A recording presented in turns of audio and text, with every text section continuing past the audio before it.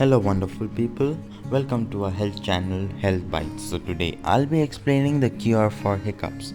Yes, something that is very irritating. So let's begin.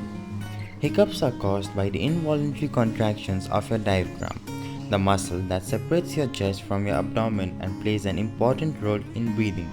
This involuntary contraction causes your vocal cords to close very briefly and produces the sound of a hiccup.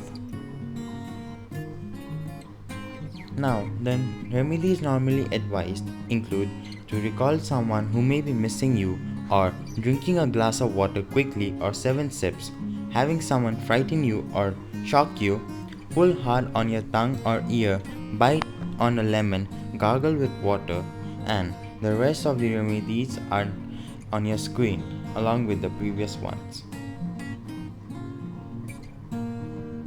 Now, the most effective remedy is to take a balloon and blow it up with your mouth as shown in the screen.